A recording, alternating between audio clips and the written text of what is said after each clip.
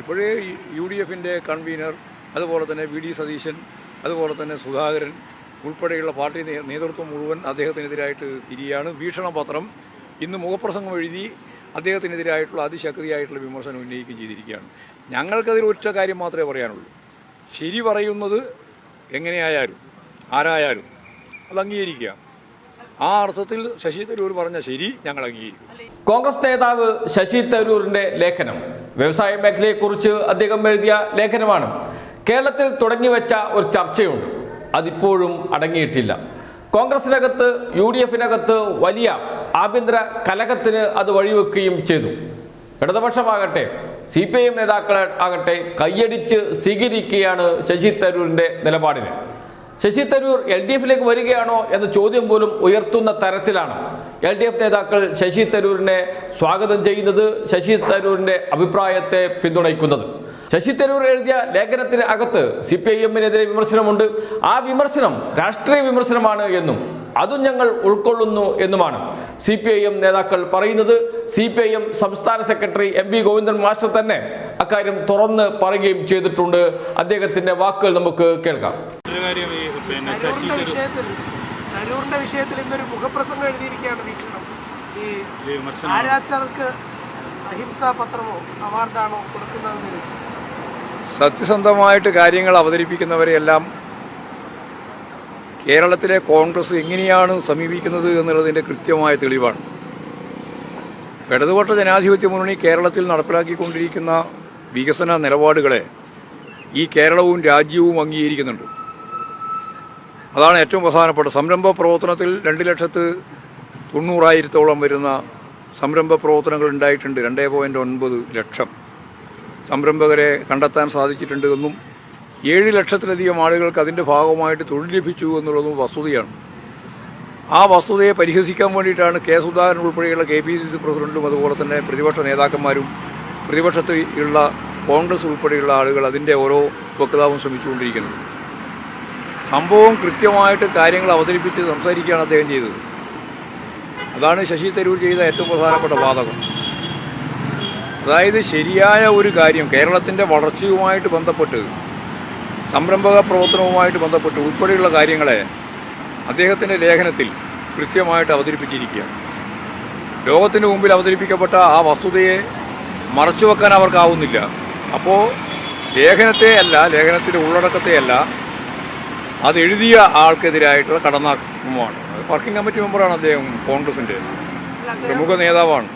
അദ്ദേഹം കൃത്യമായിട്ട് വസ്തുത വെച്ച് എഴുതിയിട്ടുള്ളതാണ്. അദ്ദേഹം അത് ശക്തിയായി പറയുകയും ചെയ്തു. ഞാൻ പിൻവലിക്കാനൊന്നും പോകുന്നില്ല, വസ്തുതാപരമായിട്ട് എഴുതിയിട്ടുള്ള കാര്യമാണ്, അതിനെ ഞാൻ അതേ അർത്ഥത്തിൽ തന്നെയാണ് കാണുന്നത് എന്ന് അദ്ദേഹം കൃത്യമായിട്ട് വിശദീകരിച്ചു. ഇപ്പോഴേ UDFിൻ്റെ കൺവീനർ, അതുപോലെ തന്നെ VD സതീശൻ, അതുപോലെ തന്നെ സുധാകരൻ ഉൾപ്പെടെയുള്ള പാർട്ടി നേതൃത്വം മുഴുവൻ അദ്ദേഹത്തിനെതിരായിട്ട് തിരിയാണ്. വീക്ഷണപത്രം ഇന്ന് മുഖപ്രസംഗം എഴുതി അദ്ദേഹത്തിനെതിരായിട്ടുള്ള അതിശക്തിയായിട്ടുള്ള വിമർശനം ഉന്നയിക്കുകയും ചെയ്തിരിക്കുകയാണ്. ഞങ്ങൾക്കതിൽ ഒറ്റ കാര്യം മാത്രമേ പറയാനുള്ളൂ. ശരി പറയുന്നത് എങ്ങനെയായാലും ആരായാലും അത് അംഗീകരിക്കുക. ആ അർത്ഥത്തിൽ ശശി തരൂർ പറഞ്ഞ ശരി ഞങ്ങൾ അംഗീകരിക്കും. അത് വിമർശിച്ചോട്ടെ, വിമർശിക്കാനുള്ള എല്ലാവർക്കും അവകാശമുണ്ടല്ലോ. CPMനെ രാഷ്ട്രീയമായി വിമർശിക്കാം, അതിന് ഞങ്ങളാരും എതിരല്ല. പക്ഷെ നിങ്ങൾ കാണേണ്ടത് കേരളം നേടിക്കൊണ്ടിരിക്കുന്ന നേട്ടത്തെ ഇല്ലായ്മ ചെയ്യാൻ വേണ്ടിയിട്ടുള്ള ബോധപൂർവമായ പ്രവർത്തനം ഇല്ല എന്ന് പറയണമെന്നാണ് BJPക്കാരൊരു ഭാഗത്ത് പറയുന്നത്, മന്ത്രി ഉൾപ്പെടെ. ഇല്ല എന്നുള്ള കള്ളപ്രചരണമാണ് കോൺഗ്രസ് നടത്തിക്കൊണ്ടിരിക്കുന്നത്. അതിനെതിരായ ശരിയായ ദിശാബോധത്തോടു കൂടിയുള്ള വിശദീകരണമാണ് ശശി തരൂർ നടത്തിയിട്ടുള്ളത്. അതാ കാര്യം. അതുകൊണ്ട് ശശി തരൂർ എഴുതിയ ലേഖനത്തിൻ്റെ അകത്ത് CPMന് വിമർശനമുണ്ടല്ലോ എന്ന് ചോദിച്ചാൽ വിമർശനമുണ്ട്. കോൺഗ്രസിൻ്റെ നേതാവ് എഴുതിയിട്ടുള്ള ലേഖനത്തിൽ CPMന് വിമർശനമുണ്ട് രാഷ്ട്രീയമായിട്ട്. അത് രാഷ്ട്രീയമായിട്ടാണ്, വികസനപരമായിട്ടാണ് ഞങ്ങളിതിനെ കാണുന്നത്. കേരളത്തിൻ്റെ വികസനം, കേരളത്തിലെ ജനങ്ങളുടെ ഏറ്റവും പ്രധാനപ്പെട്ട ഒരു മുന്നേറ്റത്തിൻ്റെ കാലഘട്ടത്തിലെ ഏറ്റവും അത്യാവശ്യമായൊരു കാര്യം. അവർക്ക് നിലപാടില്ല. കോൺഗ്രസിൻ്റെ ഏറ്റവും പ്രധാനപ്പെട്ട ശത്രു BJP ആണെന്നാണ് അവർ ദേശീയ രാഷ്ട്രീയത്തിൻ്റെ ഭാഗമായി പറയുക. പക്ഷേ ഇവിടെ അവർ സഖ്യമാണ്. മഴവിൽ സഖ്യത്തിൻ്റെ ഭാഗമായി കോൺഗ്രസും BJPയും RSSും സംഘപരിവാരും ജമായത്ത് ഇസ്ലാമിയും SDPയും എല്ലാം ഒറ്റക്കെട്ടാണ് കേരളത്തിൽ. അതിന് ഞങ്ങൾക്ക് യാതൊരു തരത്തിലുള്ള പ്രയാസവുമില്ല. 6 പിന്തിരിപ്പൻ ശക്തികൾ മുഴുവൻ ചരിത്രത്തിലില്ലാത്ത രീതിയിൽ ഒറ്റക്കെട്ടായിട്ട് നിൽക്കുകയാണ് കേരളത്തിൽ ഇടതുപക്ഷ മുന്നണി ഗവൺമെൻറ്റിനെതിരായിട്ട്. ഗവൺമെൻറ്റിൻ്റെ ശരിയായ രീതിയിലുള്ള പ്രവർത്തനങ്ങളെ തുറന്ന് അവർ പറയുന്നില്ല എന്ന് മാത്രമല്ല, അതിനെല്ലാം അവരെതിരാണ്. എല്ലാ വികസന പ്രവർത്തനത്തിനും കോൺഗ്രസ് എതിരാണ്. ഒരു വികസനവും കേരളത്തിൽ നടക്കാൻ പാടില്ല എന്നാണ് അവരുടെ ആഗ്രഹം. ഇങ്ങനെ ഒരു പ്രതിപക്ഷം ഈ ലോകത്ത് വേറെ എവിടെ ഉണ്ടാവില്ല. പ്രതിപക്ഷത്തിൻ്റെ ഏറ്റവും പ്രധാനപ്പെട്ട ചുമതല ക്രിയാത്മകമായ കാര്യങ്ങൾ കൃത്യമായിട്ട് പറയുക, അംഗീകരിക്കുക, നിലപാട് നടപ്പിലാക്കുക, ശരിയെ അംഗീകരിക്കുക, തെറ്റിനെ ചൂണ്ടിക്കാണിക്കുക. ഇതല്ലേ ജനാധിപത്യ സമൂഹത്തിലെ പ്രതിപക്ഷം. അതല്ല ഇവിടെ ചെയ്തുകൊണ്ടിരിക്കുന്നത്. ഒന്നും അനുവദിക്കില്ല എന്നുള്ള നിലപാട് സ്വീകരിക്കുക. അദ്ദേഹം മഹാനാണ്, വിപ്ലവകാരിയാണെന്നൊക്കെ ബാലൻ സഖാവ് പറഞ്ഞു. ആര്? ശശി തരൂർ.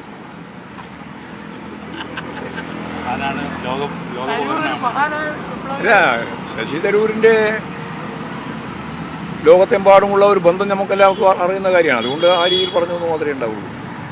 അതായത് അദ്ദേഹം എഴുതിയിട്ടുള്ള നിരവധി പുസ്തകങ്ങൾ, വളരെ പ്രധാനപ്പെട്ട എഴുത്തുകാരനാണ് അദ്ദേഹം.